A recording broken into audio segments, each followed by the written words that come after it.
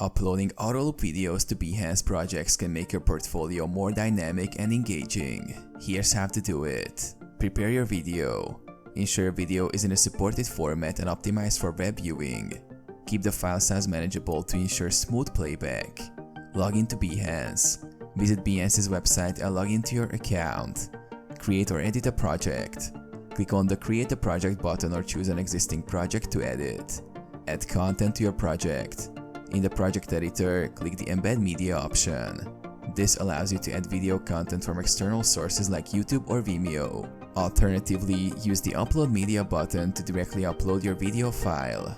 Embed auto-loop video. If embedding from YouTube or Vimeo, adjust the video settings on those platforms to enable looping. For direct uploads, Behance automatically loops videos uploaded directly. Simply upload the video and it will loop by default. Adjust display settings. Customize the video display size and placement within your project layout for optimal viewing. Save and publish. Click Save to preserve your changes. When ready, click Publish to make your project live.